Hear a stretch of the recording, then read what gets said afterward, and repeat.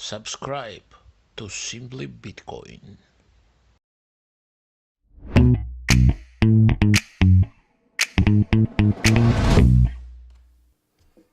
All right.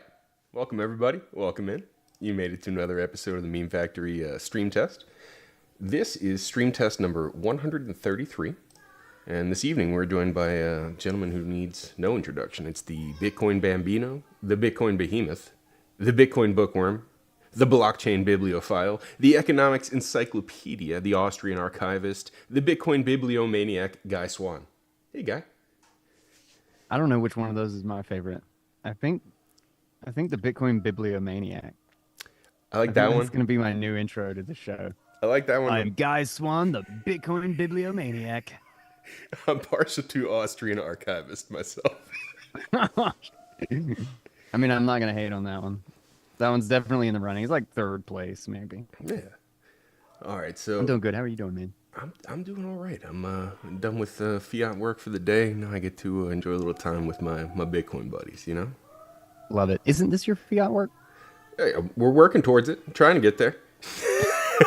Not yet. Not yet. We need another 4 cycles for it. That's about right.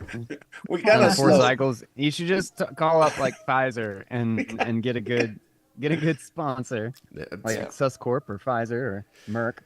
Seriously. Kinda slow. Speaking of, we do need to get through the Suscorp sponsorship for the evening. So if you can pull that copy up, and we can go through and get on with I do have it. Is it time for our sponsor? It is. Our moment for our sponsor. My name is Guy Swann, and this is the Meme Factory stream test. This week's sponsor, Suscorp, brings you their latest innovation, whistleblower insurance. Because in the cutthroat world of business, sometimes cutting throats is too obvious. Are you a CEO worried about the devious and evil whistleblowers threatening your shareholders' wealth? Fear not. With whistleblower insurance, you can rest easy knowing your proprietary methods and cost-cutting procedures will never see the light of day. The core concept of this service is that a small group of highly trained individuals can be anywhere in the world inside 24 hours to fix the leaky holes in your ship. Because if we learned anything from Boeing, it's that employees willing to die for your shareholders are not only brave, but their actions are unavoidable. Bribe gone bad? We've got your back. By taking out a life insurance policy on your victim, a whistleblower, you're bound to make that money back and then some. With whistleblower insurance, you can take out a life insurance policy on your unfortunate detractor to ensure that their life is in your hands. At Suscorp, we pride ourselves on removing any obstacle to maintaining your shareholder equity. We know you have skeletons in your closet that keep your business thriving, and we thought, why not put those skeletons in the ocean instead? They'll tell you all about the peace of mind that comes with whistleblower insurance. So remember, when those whispers start turning into full-blown whistles, trust Suscorp's whistleblower insurance to keep your profits secure and your business running smoothly. References from our long list of satisfied clients like Boeing, DuPont, the Clinton Foundation, and many more available upon request. They're my favorite sponsor. They're my favorite sponsor. Great. If I They may, do the hard work. If I They may, really do. Greg, and have the honor to do the first question. Absolutely. Okay, so welcome, Guy. I guess the first question that every Bitcoiner these days are talking about and are wondering and really excited about is the MicroStrategy stock split of 10 to 1, 1 to 10. And what is your opinion about it? How it's going to implement, how are they going to get the liquidity they're asking for? Like, what is your opinion about this top Bitcoin subject we're facing? I have no opinion. Does it need liquidity? It's a 10 to 1 stock split. It's nothing changes. I think a bunch of dum-dums will probably buy more of it because there was a 10 to 1 stock split, but it doesn't mean anything. It's so cheap if you now. move the decimal place, It's so cheap now. It's But like don't they basically they upped the cap. Like, there was a What? cap there, and like They They upped. raised it. They upped the They cup. raised it. These They They raised upped the the cup. cup. They raised. They the cap. lifted. The cap. It was The it was cap, yeah. here. Yeah. It was here, and then it And was. they raised it. Yeah. then Yeah. it was Raising here. cups. Raising cups. Yep. If that's Okay, any part of a serious question, I really don't have anything much to add. No, it was purely ironic. It smells like a topic for DSB. Were you talking about that today? Oh yeah, that and Trump. I did an impression of David Bailey being extra bullish, and I was like, guys, I'm so bullish, but I cannot talk about it right now. I'm talking with all the important people, but I really cannot talk about who it is, and it's really important. Like Super his, important. yeah, like his Big tweets. announcement, Yeah, but I can't big tell you anything announcement about it. coming. Who was that influencer that kept saying that about mining stocks? It's about That's the guy I trolled with a banana bread, I think. Mike Alfred. Mike Alfred. That's exactly what it Yeah, sounds. yeah. It's a Mike Oh my Alfred God, talking that's point. right. Yeah. That's exactly Mike what that Alfred. is. I can't What tell you happened about to that it. guy? He's around. Is he still on Twitter? Yeah. Still, I guess I'm just not on Twitter anymore. That's probably why I don't see these people. Where are you? I just hang out on Nostr. I mean, I post some shit on Twitter from time to time, but it's like remotely. And I go check DMs. Like I talk to you on DM, and like, that's it. Appreciate it. You're a moving target, right? I'm a moving target. Yeah. I move all the time. For a while, it was talking to you on Twitter, and then it was talking to you on Nostr, and then it was talking to you on Signal, and now you're what, mainly Keat these days? Yeah. For now, till the You can next still find me. You can still find me on Twitter, Nostr, and Telegram. But I'm on Twitter. I'm just gonna check my DMs. I'm probably not gonna respond to your shit if you post a post. Nor should you. Yep. One of my I don't respond to your shit anyway. that's a good point. In real life either. I think the first time we met, I think I sat next to you for about a good 20 minutes before you even noticed I was sitting there in that hot Swann tent. I just thought it was a potato. And it's just a big stinky potato. You weren't wrong. You weren't wrong at all. Yeah. All right, so you were recently speaking at Big Block Boom. Did you get invited to that, or did you invite yourself? No, I just randomly showed up, and then they needed us. They had an open slot, and he was like, Gary was like, we don't know who's gonna talk here, and they were trying to figure out what to do, and I just kind of showed up, and I said, here's my laptop, plug this into your monitor, and then I went up there. Nobody knew what was gonna happen. You know, I would 100% believe that as the truth, because I know you could probably rip that speech from memory. I could. I did. You did? I did that. Nice. Zero preparation, except for my large PowerPoint. Well, one of the It things... was a pretty boss PowerPoint, too. I usually don't do the PowerPoint thing, but I fucking killed it. You did. Yeah. Well, there was like one picture. I don't know about multiple. Supply and demand curve.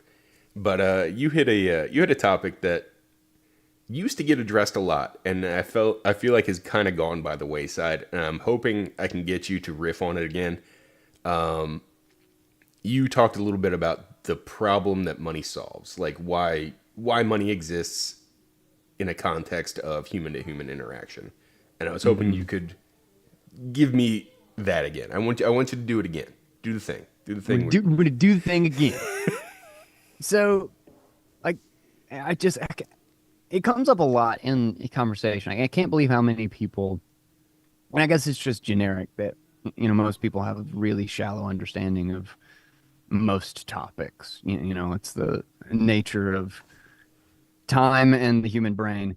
But people's understanding of money, like I can't tell you how many times, like, I get asked, and there's part of this is somewhat intuitive, but if you actually kind of understand the fundamentals, you realize how absurd the question is that, what if we have like an AI or some like central thing that's smart enough or big enough or powerful enough in which it can understand the prices in the market, and therefore it can just dictate what the need of all of these things are, and it will just run everything top down.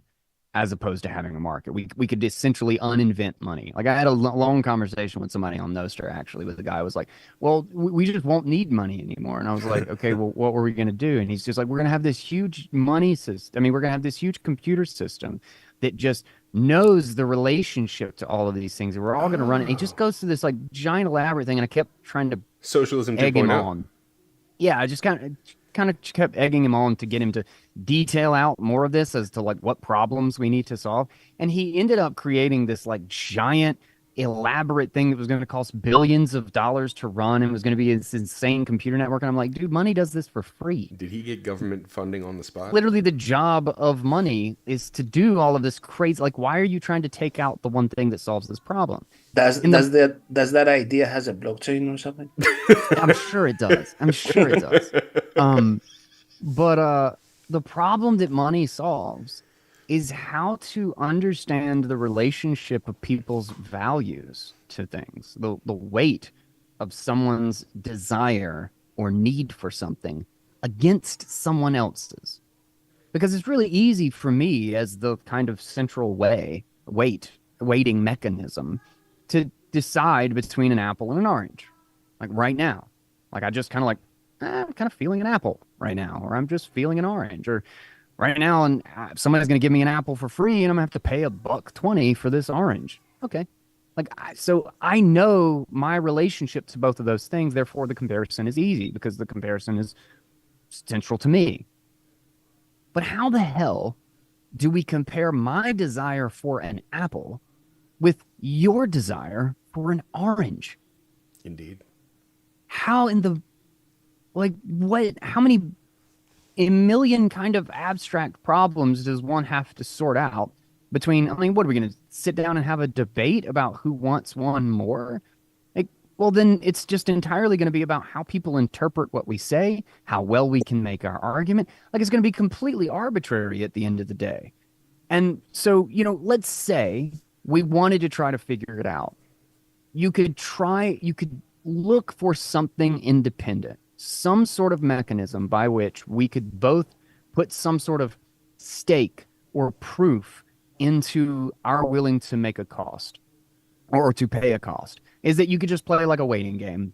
Is that if you wait longer for your orange than I wait for my apple, well, then we'll both eat an orange, and otherwise we'll both eat an apple. And then we can just sit there. And then after like 5 or 6 minutes, be like, I don't really give a shit. I don't want to orange that bad. And you like get up and walk away. But maybe in any other context, you would have had the better argument. Maybe because you're a really funny potato, everybody would have believed you and said that he really wants that orange. And I wouldn't have been very convincing because I don't know that much about apples. I haven't read 10,000 hours about apples. I know that about Bitcoin. But extrapolate this problem across all of the domains of the things that we do. It's like an average like 300,000 products in the average like American home. 300,000? Yeah. You making this stat up? That's bullshit. Mm-mm. No? Mm-mm. Look it up. And that was like a couple of years ago when I looked up that stat. It might even be different now. Go find it. Come on, Jamie. Jamie, look it up. Do you count each Cheeto Greg eats as different? Holy shit, it's 300,000 items. There are 300,000 items in the average American home. This is from the LA Times. So here in the Balkans, we can do with 100K. Tripled in size over the past 50 years. Yellow has like 200,000 empty Red Bull cans in his home, so it's probably accurate. But think about the insane complexity of trying to create some sort of a market weight between all of these things. Like 300,000. Like just extrapolate the number of different markets that you would have to have just to compare 10 different items, because it's exponential. It's just like the Dunbar's number is that every single time you add one new item or one new element to the set of relationships. Oh, that's stupid. Oh my God. What did you just do? No, this stupid reaction thing freezes my fucking camera. I hate it so bad. It's like built into Apple. or something. It's a No, thumbs I up. It's a have. bubble of thumbs ups. Now I'm asleep, You are. and Oh, oh and you're oh smaller. The books oh got I'm bigger. tiny. The books got bigger. Tiny. Okay, the books got bigger. Okay. But you run into a God, I hate that thing. So Uh, is it just a logistic problem though? Because no, you no, it's a weighing problem because it's all relative. It's okay. like there's no objective weight. Well, So you like started out with an objective weight. as you add any new item or any new system to a network, any new element or node to a network, which essentially a market is just a network with nodes, products, people, all of these things. And you are trying to compare them against each other. You have to have a market between each one of the new things. So if you have 10 items and you add one, you're actually adding 11 relationships by adding a single item. This is why Dunbar's number, when we talk about like human networks and relationships, everything essentially groups break apart and social groups must divide up, and they end up kind of personifying and separating into tribes. And because you cannot have a relationship with more than 150, 200 people and actually understand because I also need to be able to have a relationship with Yellow and Greg. I actually have to understand Yellow and Greg's relationship with each other, not only mine with Greg's and mine with Yellow's. Because, if I invite you and let's say y'all used to date and now like things are really bitter between the two of you guys, I can't invite you to the same party.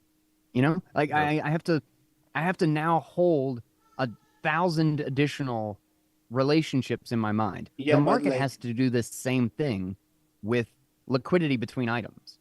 Like, how could but you possibly have a market, a liquid pricing mechanism between cars and bananas? How So many people out there literally have just like a mountain of bananas and they're like, I need a car, and they're trading cars for bananas? I have a And picture. to would have you a liquid ag- market, you have to send you. have thousands, millions of people making this sort of a trade to actually get some sort of a measurement between these two Wouldn't things. you agree, though, that whenever that kind of conversation, that kind of like futuristic Star Trek conversation of where we're gonna be around money in the future is happening, those guys always talk about energy in the end. Like, oh, energy is gonna be Yeah. abundant, so there won't be a problem. But then you're gonna tell them something like, okay, if energy is no matter and everything is pretty much free, right? How do the people that like control get the hierarchy that they love so much? How they're gonna be impose themselves over other people that they love so much? They won't lose that. So then they will point you out, oh, we're gonna have something like a social credit system about around reputation or I don't know whatever it is. I don't know how that ties out. I don't know. Is it about energy in the end? I And think time. I think it's and I was about to say I think it's time. And I think energy is just kind of like a first step derivation of time, right? Is how much can we actually get out of the time that we have? Right. And like what can we successfully pull off during that time?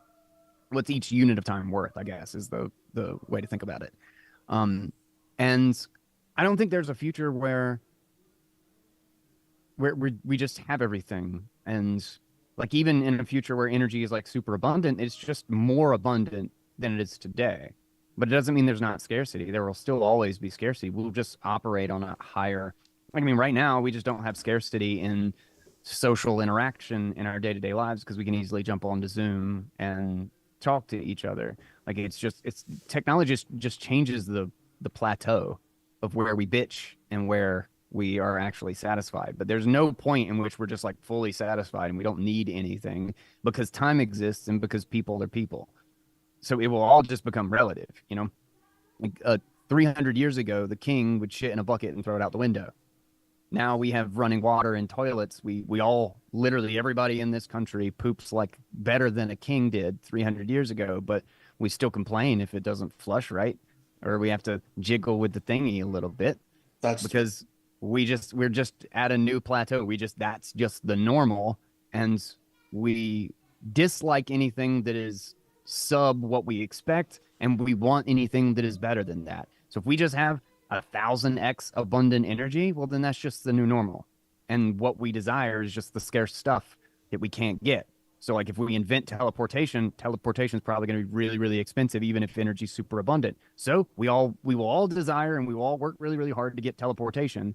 And the fact that we don't have to think about food or producing normal day-to-day stuff for ourselves, we'll just kind of be like, well, duh, that's how things work.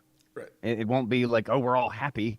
Like that's not how happiness, fulfillment, or anything works. You're saying we're people drive for discovery, exploration, and doing something new. Do what? You say we're condemned to misery forever? No, we're condemned to still want and discover new things. Fair enough. I'll take that. I think I'm not a pessimist. I don't take the negative look. I think people who are simply negative about everything, Engage. I think they're just shooting themselves in the foot to miss. I mean, there's always a billion things to be pissed or complain about or to want better of, and there always will be. But I mean, the people who want to be miserable will be destined to be miserable no matter what the situation is. That's the truth. But money is ultimately, it's like saying we're going to evolve past DNA when DNA is like the foundation of evolution. It's like, no, we will evolve on top of DNA. Money is a critical intersocial tool. And it's funny, no matter how small, like no matter if you create a market anywhere, you create a market in a prison, you create a market in any size group, money will emerge. It just does. It does, because trade simply doesn't work at any scale without it. It will always exist. Whether it's cigarettes, whether it's seashells, whatever just happens to be scarce and difficult enough for everybody in that network, wherever it is, to obtain, that you can count them up so that they act like a ledger and that the supply is just not going to change, it's going to become money. It's going to become money. And that's how everybody, because one money can have a liquid network or a liquid market between every other good. Again, it becomes like that intersocial central. Like just like I can compare between apples and oranges. Well, if we are all comparing our apples against money, our time against money, our car against money, our oranges against money, everything that we do and want and strive for against this singular unit in our network, well, then we can then trade it against all of these other things. Because I might not know how much you desire oranges versus my apples, but we both have a relationship with money, and apples and oranges both have a relationship with money. Therefore, we can bridge that gap and just say, okay, well, generally, everybody who's trading apples right now, for whatever reason, whether it's scarcity in the apple market, whether we had a hurricane and a whole bunch of apple trees went down and produced crappy apples, or we're abundant, or everybody just really wants some freaking apples right now, I have a market price that emerges after millions of people and companies and trucks and all of this stuff from all over the entire world put this good in front of me in my location with my small market, and I simply decide whether or not it's worth it to me, because I know how much I'm the one with weight in that money. I'm the one who went to work, who sat here editing all day or recording, reading something, who tried to figure out what was going to be worth it to somebody else, figure out what companies to do with. Like, I'm the one who did the work. I know what proof of work it takes to get the capital that I have, and therefore I am the only one who understands the weight of making the choice of whether or not I should buy that apple or not. So, and through that, we have this crazy, bizarre, like kind of massively parallel supercomputer system, essentially, that is running on all of the weights and all of the skin in the game decisions and values of every single person that operates inside of that network. that does anything, that works at all, that ever makes a choice between getting their kids braces and going on vacation. And all of this signal comes down and just kind of denotes a number, a weight of this versus everything else that is available, including all of the knowledge and ignorance of all of the people in that market as well.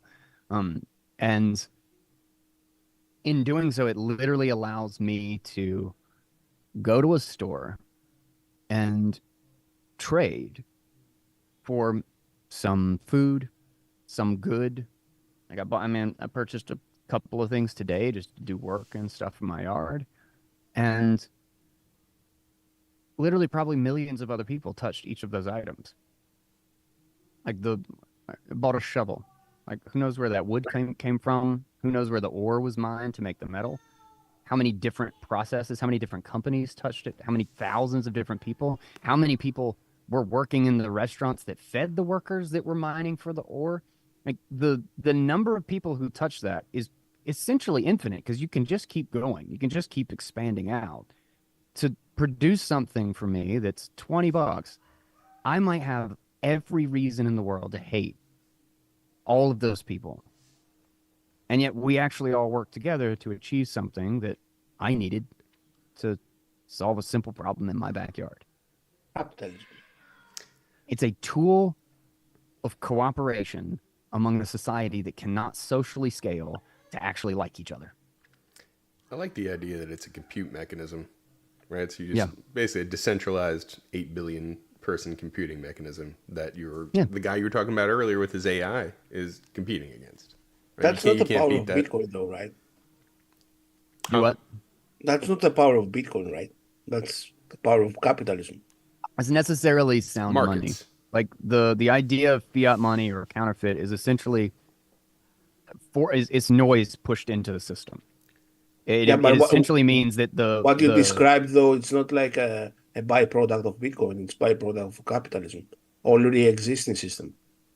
That people working together without knowing that they're working together. Market. I was about to say. I mean, capitalism. If you want to call a market capitalism, I guess you can. Most people probably don't think of those terms as the same, but just in general, we're talking about a market, just trade. Is that this emerges from trade, and you end up having a money emerge in any trading network. If you give it a long enough time and you give them enough to trade, a money will emerge that ends up producing the cleanest value signal of all of those things in the market, all the things that are available. Talking about markets and capitalism, when every country out there is going for a 4-day work week and working remotely, Greece on Monday passed a law that some companies can enforce a 6-day work week. We have that now here. I don't know what that tells me about the EU market and the Greek market. It's not good, I think. I don't know. All that shit is stupid. You can't regulate out an economic problem. In fact, the only reason we have the 5-day work week, it ever even became normal, was just because of the Industrial Revolution.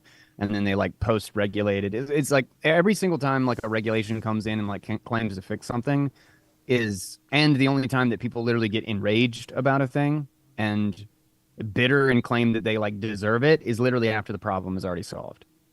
There's a famous story in one of a river in Ohio that caught fire. Yes. And it ended up, because of how bad the pollution and the oil and stuff in the water was, and the river literally caught fire and it became national news, and there was this outrage and everything. And then shortly thereafter, it led to a whole bunch of environmental regulation, and the government we're going to fix this, we're going to clean this shit up. And what's funny is that the reason that if you actually look back in history, fires like that were actually extremely common. The reason the Ohio River catching fire at the time that it did became national news and became such a ridiculous outrage was because we've been cleaning up. The rivers had gotten clean. And so it was no longer normal for rivers to catch fire. It was normal. 20, 30 years before that, it was just a common occurrence. Rivers After we catching got fire. used to it, and nobody gave a shit about it. It was just like, oh, river's on fire again. And that you literally just dealt with it because everything was so disgusting.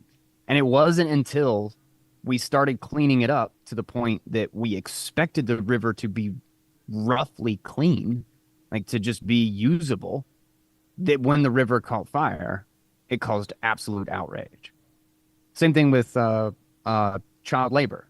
Like you would think we're supposed to believe that like countries that have child labor laws, it's just like all the parents are just evil, shitty people. It's like, what? So we're back No, to the no.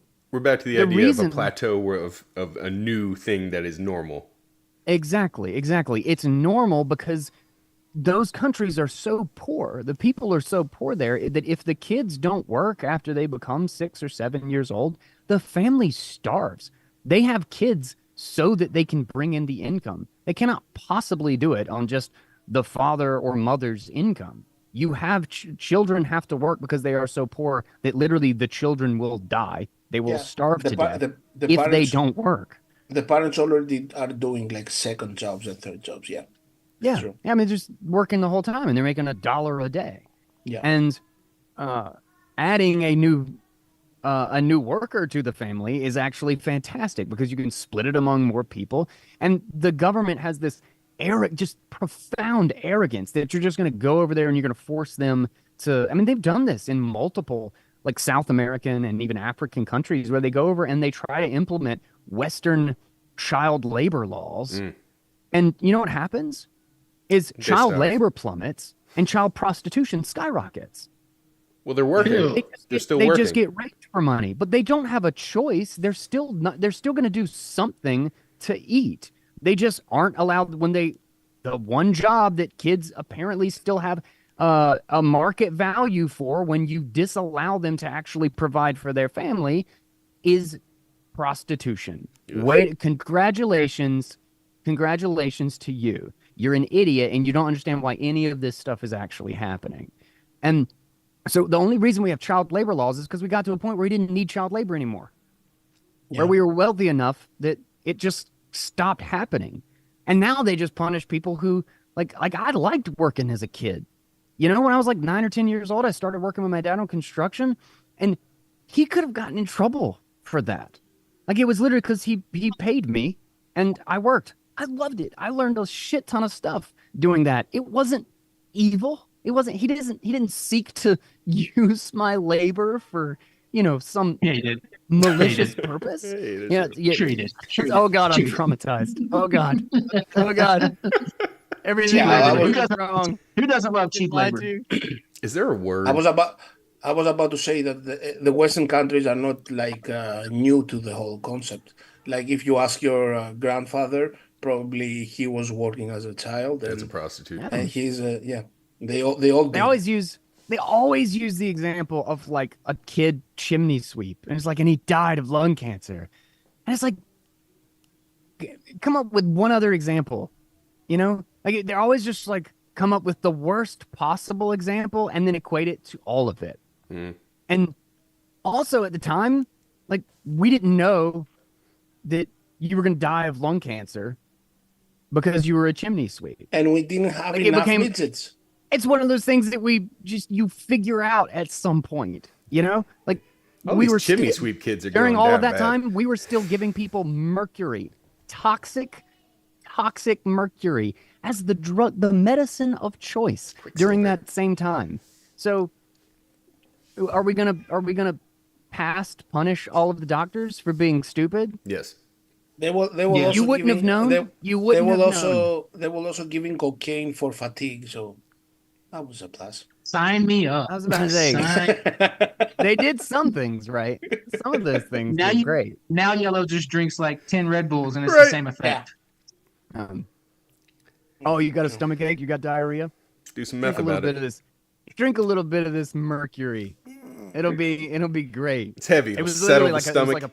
it was a purge because when you drank it, you would vomit and shit your brains out. Like So his grave's like, oh, clean your house. Clean you right out. Mercury's real good for that stuff. It's a cleanse. It's a cleanse. A mercury cleanse.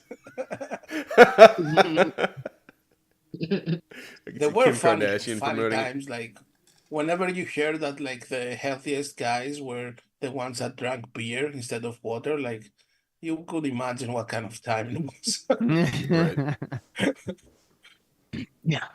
True fact. Google it. We're constantly like taking our values, our norms, and our situation, and then just judging, looking back 200 years and like judging people. It's like, bitch, you are posting this on Twitter, drinking a toilet. latte, working remote for somebody. and watching you're just me? like doing like bullshit work on the internet. Stop spying you are on at me. no place to judge anybody. Shut Yes, I do. your fucking mouth. There is that. Yeah, Rob, shut Is the fuck that- up.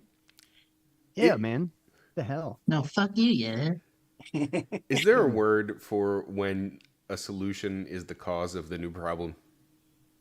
It's got to be a phrase or a word already. Yeah, it's called the Cobra problem. in economics. Potapopopolis. Cobra problem. So What did you say, Yellow? the reason it's called the Cobra problem is because there was a Sounds like The Greg India. problem. The Greg problem. The potato. where was this located? The potato I problem guess is it doesn't an Irish matter. problem. I guess it doesn't matter. Poland. I believe it was somewhere in Africa, if I'm not mistaken. That this occurred, or maybe Australia. I don't know. Wherever cobras are, but they had I think it was a city that had a very serious cobra problem, and they were underneath houses and stuff, and a lot of people were dying, and so the government decided that they were going to Oh, yeah, I know institute that, a yeah. subsidy. They Yeah. were going to pay for anybody who would hunt for cobras in order to wipe out the population. And people started coming in like crazy, bringing in cobras. The population started to go down. It's like, wow, this is fantastic. And then suddenly it turned around. Suddenly, you had Huge houses spike. that were literally farming cobras. Like what happened is they created a market for it, and then people started breeding cobras like crazy, and their population exploded, like just way past the problem that it ever was. And then the government was freaking out, didn't know what to do because people were literally farming and then bringing a bunch of cobra heads. Like, oh, I kill all these cobras. Give me my paycheck. And then they finally shut the thing down, and they had to shut it down. And now the cobras were literally like 10x the problem that Right. they ever were because the government tried to fix it.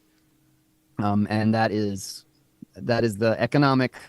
That's the term cobra referred to as problem. the economic law of the government trying to fix stuff is just gonna fuck it all up way worse. I like that.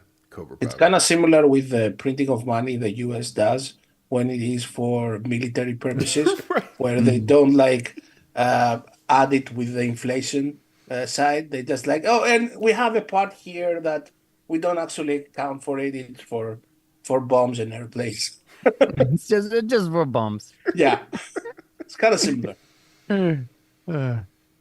Everything's too expensive. Here, let's print some more money and give people money. I drank all my drink. I need something to drink. It's not good. I need some water. You got some water? Somebody want to bring me something? Yeah, just give me your GPS location.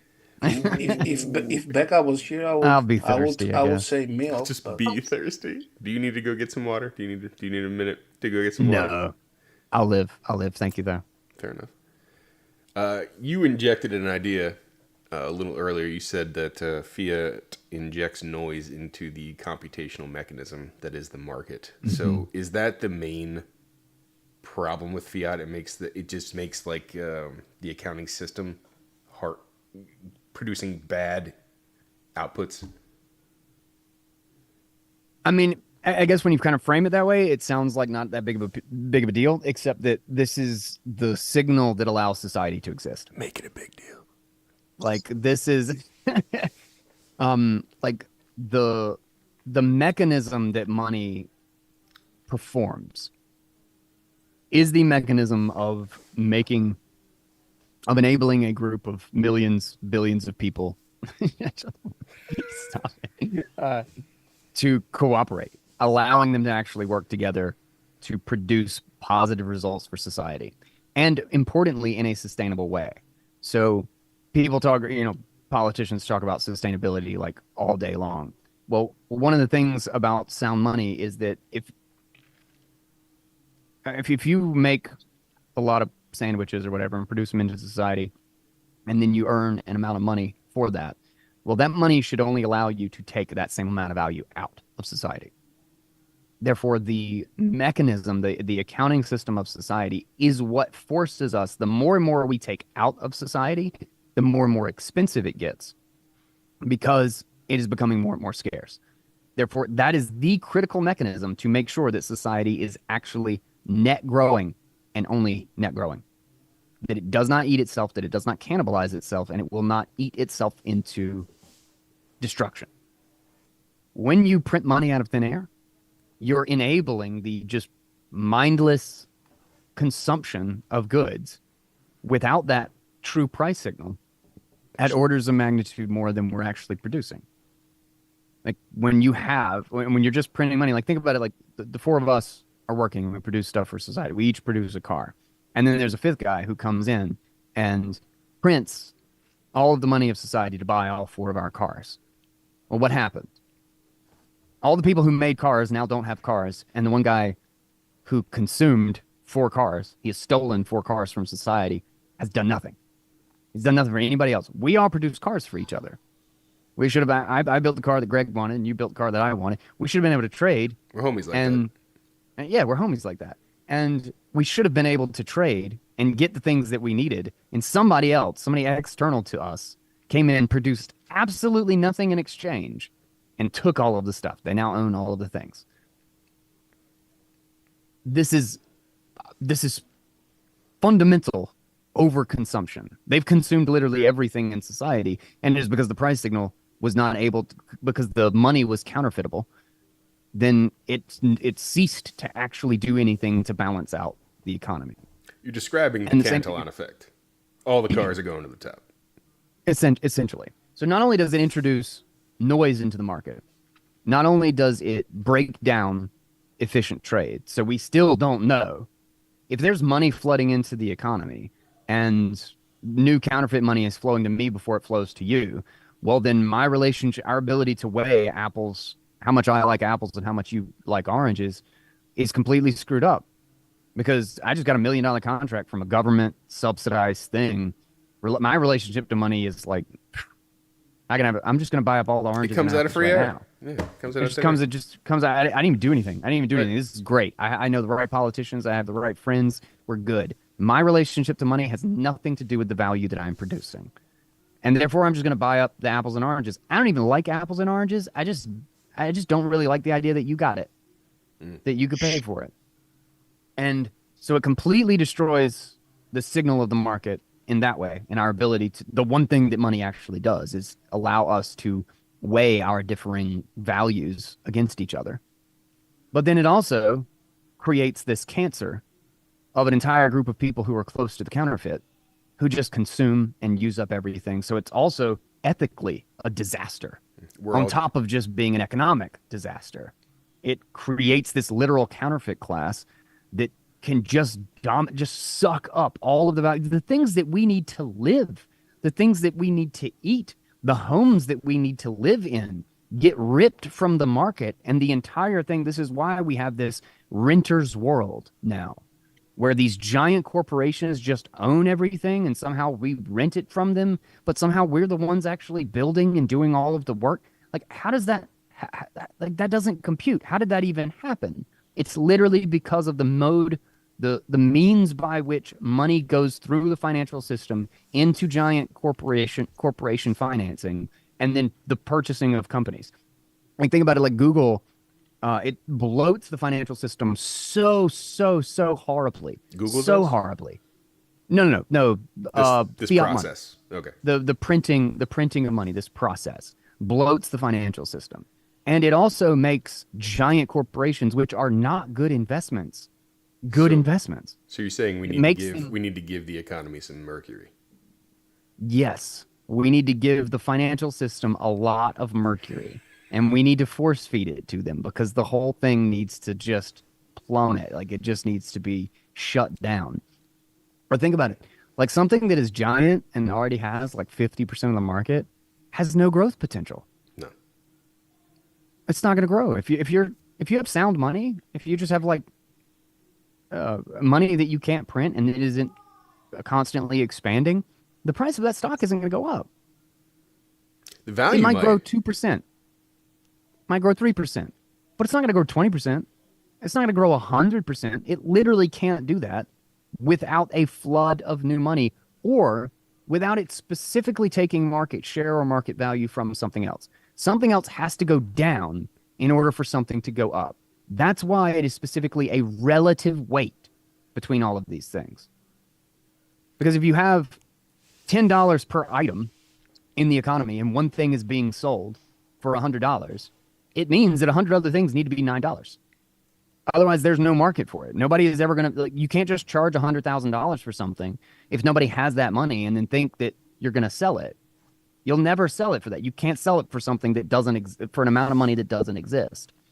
Which means that the only reason these huge companies actually continue to we just look at the stock market, it's just like, of course, it just goes up forever. It just goes up forever. You're just looking at money printing going into the financial system before it goes into everything else. That's all it is. That's all it is. It would be flat. It would always be flat. If you compare you can look it at to it now. M2, You can look at it stock now. market, Price it in gold. It's flat. Pricing gold, price it against M2 money supply. It's flat. It hasn't done shit for 100 years. Mm-hmm. And it wouldn't. The only reason it outpaces the rest of CPI and inflation in the economy is because people are desperate they don't know where to put their money because it just rots. So what do? They give it to financial institutions. And so Google gets 10 times the financing they ever would have gotten. But Google doesn't have 10 times more ideas just because you gave them 10 times the money. They're not like suddenly brighter. They're not suddenly more creative. To the contrary, they already tried their 20 stupid ideas. One of them worked and it was super successful. And now they have all of this financing. So what are they going to do? They're just going to go around and start buying a bunch of startups. They just own the economy. Right. They just own things. So giant corporations get 10, 20x the amount of capital that they would ever have available to them, both from our retirements that we have to give over to financial institutions, which it should just go up in value normally, and because they're suddenly creditworthy when they have no growth potential. They're already massive. This is why credit would go to startups and why it would be a risk. You would do local middle-class business investment. Why? Because they actually grow. They actually have some sort of a potential. You can double your business. You can triple your business if you're a modest-sized company with a new idea or a fresh market to tap into. Mm-hmm. But when you're Apple, you just don't grow. But if somebody gives you an ungodly amount of capital that is just apparently free, the banks don't take any risk. No. If I'm lending you, not anymore. If I'm lending you $100,000 to buy a car and I don't have anything, right. I have no money. I invent it out of thin air. And then you get a car. And then you thank me for that loan.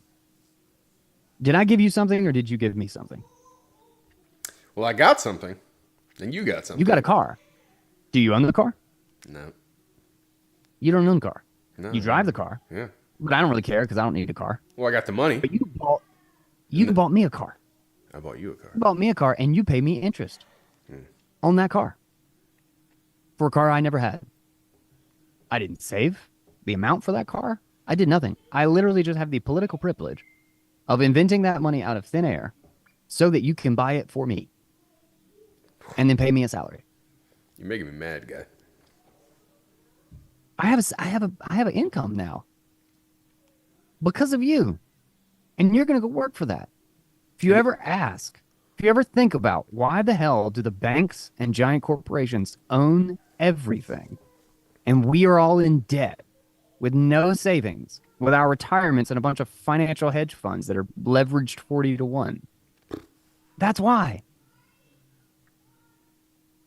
Because it's all loaned into existence, owed to them. It's designed that way. Yeah. Of course they own everything. Of course we rent everything. It doesn't matter who makes it. If you could just print, it doesn't. You can't do anything. You can't, there's no enemy that you can defeat if they can just print money and buy up all of your stuff.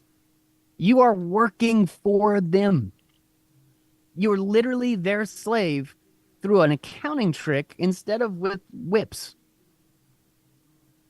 Are you against owning property, house these days? Am I against it? Oh, you No, mean like, do I advise against it? these days, yes. Not as it used to be, but these days. No, no, but don't think about it like an investment.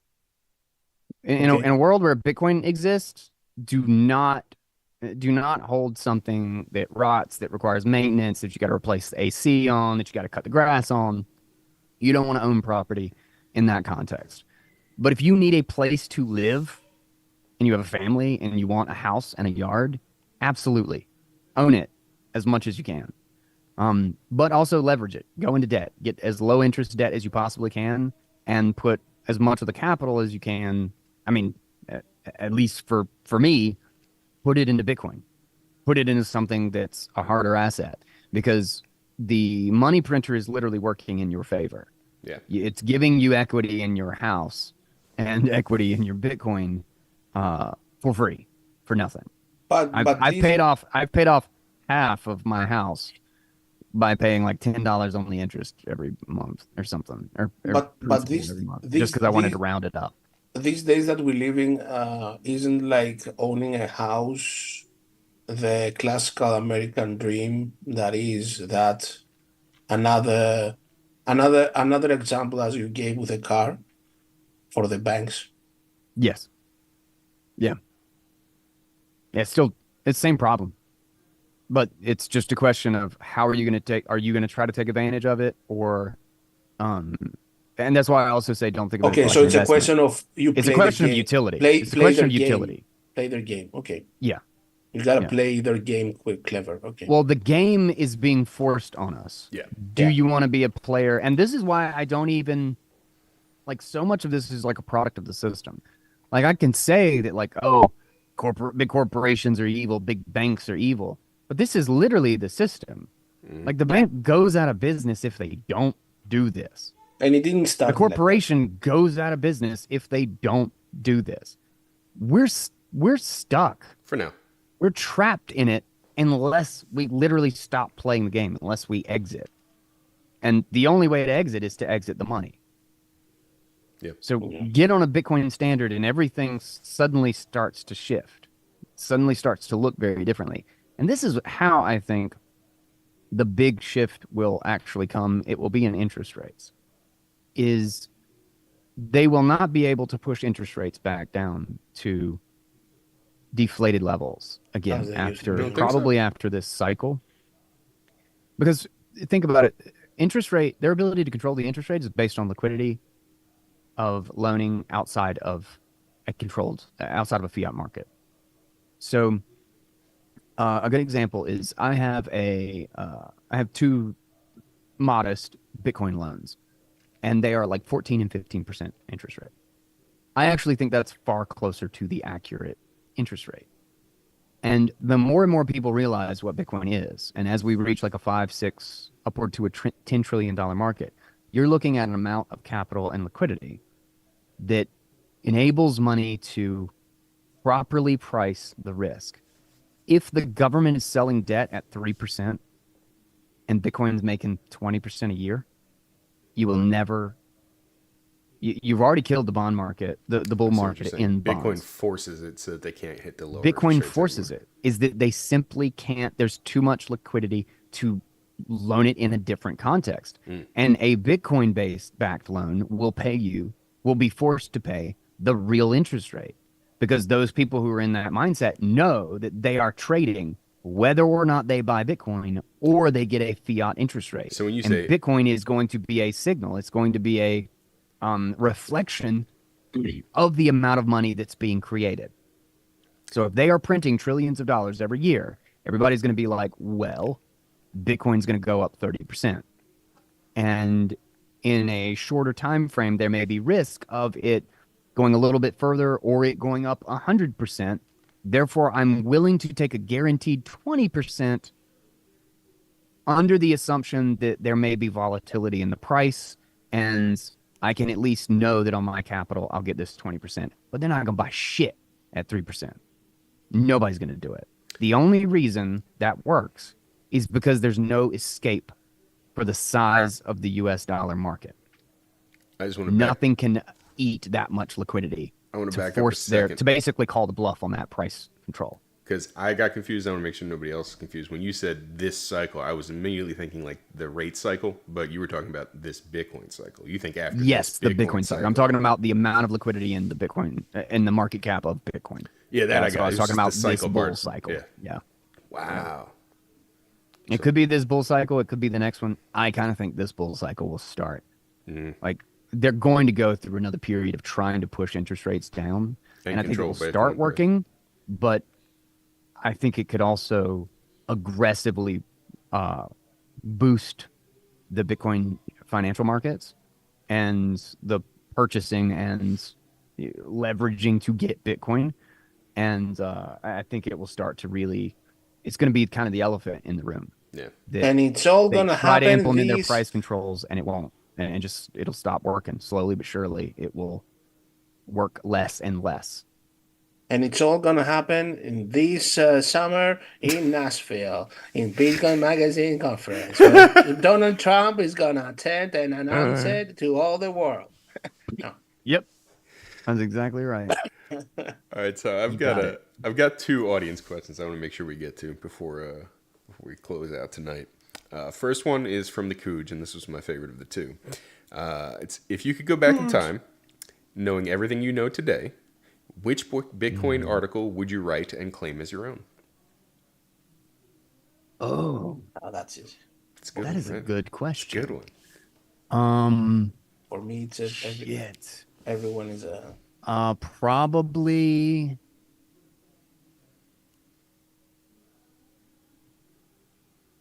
Everyone's a scammer is a good one. Everyone's a scammer. Everyone's a scammer is a good one. I really like Gigi's Bitcoin is Time. Mm-hmm.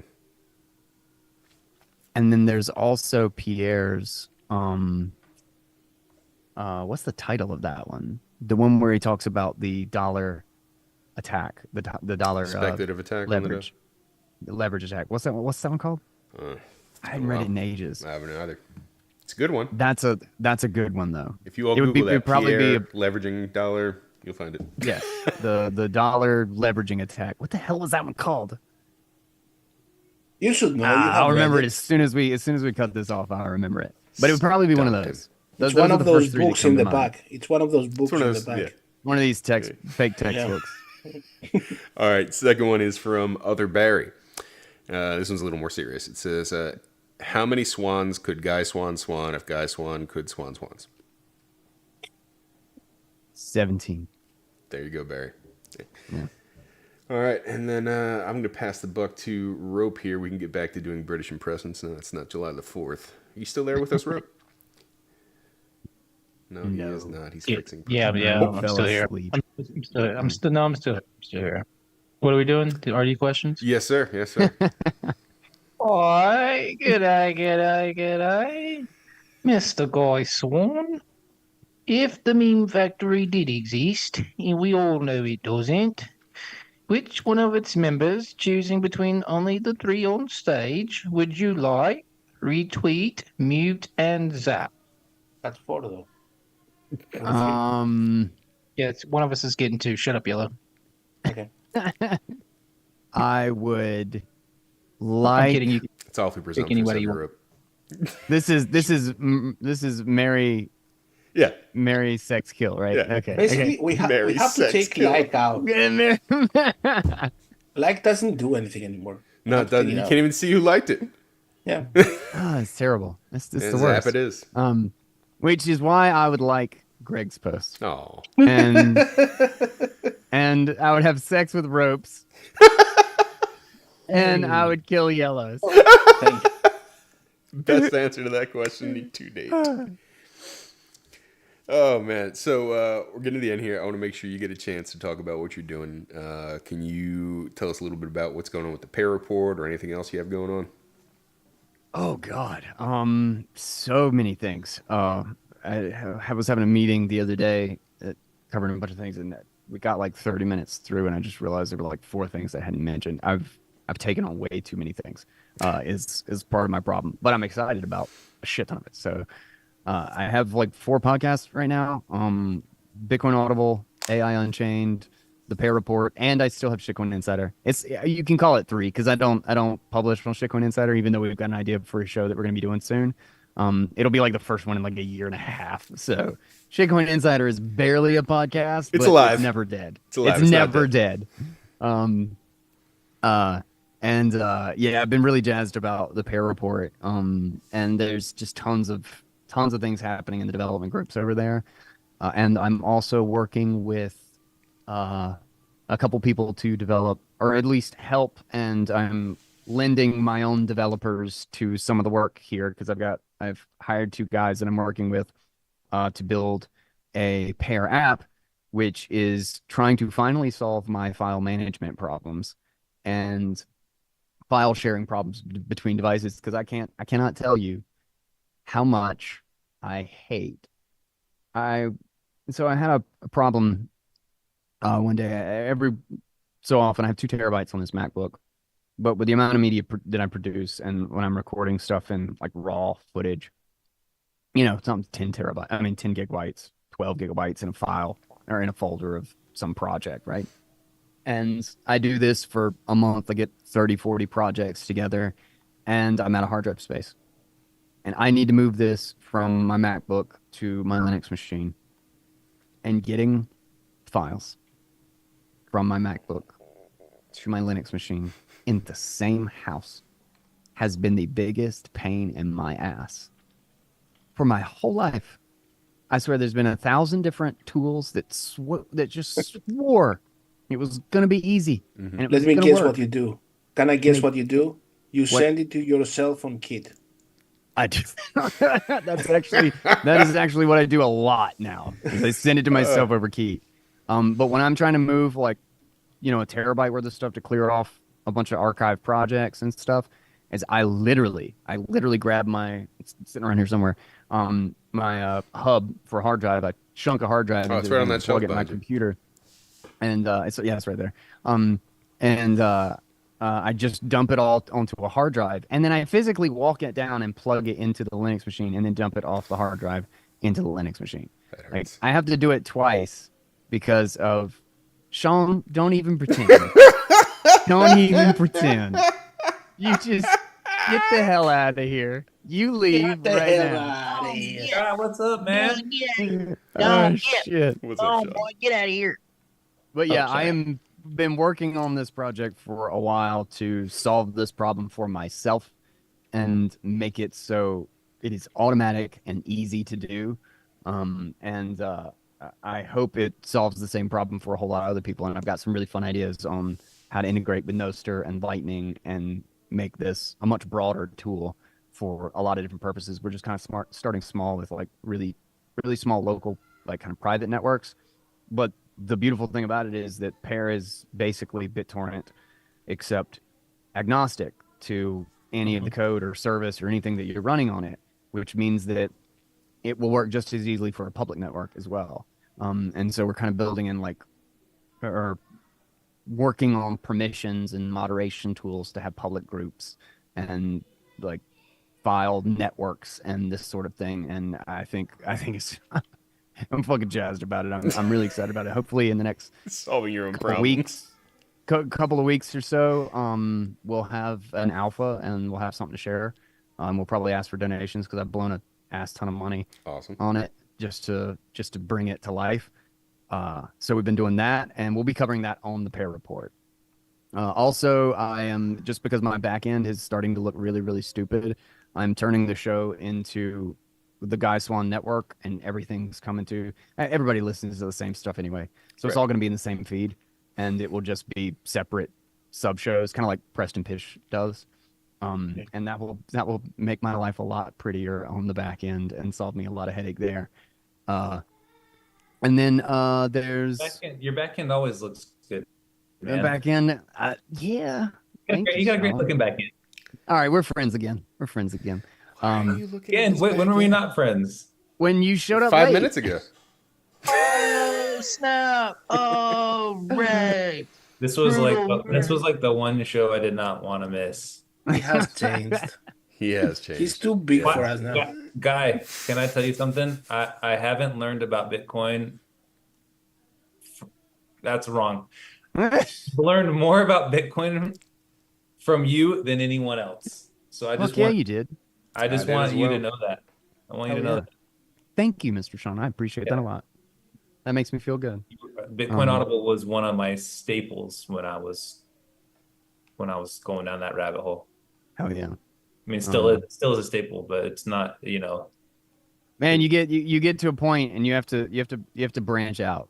No, I get it. Especially with something like Bitcoin Audible, because I'm reading articles and stuff like don't worry, that makes sense. You can only swallow it for about like 3 years. I love the new 5-minute guys takes though.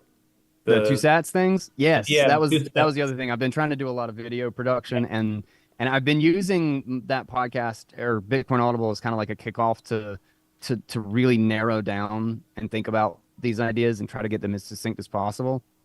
So I come up with an idea for what I want to do on a two sat song, and then I do a Bitcoin Audible episode about it, and I rant for like an hour and a half, and I just get all of the ideas out of my head about it. And then literally I transcribe it. And that's another thing that the reason I started AI Unchained is because I've just been using so many freaking AI tools and it's been consuming so much of my time and building little tiny apps and all of the stuff that I'm doing. I was like, I have to figure out how to make this content because it's just, not only is it just cool as shit, all of the things that you can do with it, but it's also just consuming a ton of my energy and focus to figure out all of these tools and how they work. So I build a bunch of little tiny apps that like I can't code. That's why I have the Devs Who Can't Code series. But I build these things with AI and have it transcribe and do all of this stuff, and then I just post it out into a Word doc, and I just start cutting. I just no, this is stupid. This is I just repeated myself here, and I cut it down until that thing is literally 4 minutes, 5 minutes, and I really try to get to the heart of the idea that I was going at. And then I've started into the film production stuff, which is funny because after all of this time, I've gone back around to film. I actually went to school for film. And that's kind of where we're going with the company is we're trying to do a lot more film production and even a narrative project that I've been workshopping with a couple of people recently. We hope to have a script together for that by the end of this year to start kind of like a little screen testing for it. And it'll probably be an animation because some of the AI tools about that are nuts. Like, Really? they are What are you gonna do? Are you so gonna cool. are you gonna do like a Matrix movie, but for Bitcoin? Like, It won't be Matrix, but yes, I'm intending to through a character. I am trying to teach something. yes, Let's say part of the human story of Bitcoin. yeah, like if you know, and if you don't, it's still a good freaking movie, but you just don't really know what you're missing out on, really. Yeah. And I really feel like story is an area that we have really missed the boat on, or we Yeah. have just kind of failed. And I think we've reached the limit of orange pilling people. Like we're done with the market of the demographic of people who will listen to a lecture and be interested in Bitcoin. And what we need now is story. We need to be able to tell the story of Bitcoin without it being a lecture with a cartoon behind it. And Or a Bitcoin having party where Guy Swann doesn't show up to. Oh, he was busy. it's because I heard you were going to be there. You're intimidating, Sean. Yeah, no. Yellow was there. I feel bad. I was sad about I that. was. But the kid made things difficult in getting out to El God Salvador. damn it, son. Stop. I was stop gonna feel guilty either way, leaving my wife with the kid, or Oh, you had the newborn. Okay, that's fair. Yeah. That's fair. Why How do you old- have always that speaker over there with you? You talking to Sean? Yeah. Because I'm in my office, and my office has the JBL speaker. He's because proud they of it. sponsor him. Are you using it? From time to time, I use it. Yeah, like if it's a late afternoon and I'm working and How dare you? Guy, if you don't know the backstory, This he episode is stole brought that to you from by Yellow. JBL. All Don't right. say that. Susclip is going to find us. Exactly. All right, so I'm gonna wrap this up. Really appreciate you spending some time with us tonight, Guy. Thank you, Guy. Sean, that was you I were mean, very good time. gracious with your time Guy, as well. great I'm sorry I podcast. ran out of drinks so quickly. That was Thanks for showing up, Sean. Have a good Yeah, night, yeah. everybody. Thanks for showing up, bitch. I'm trying to.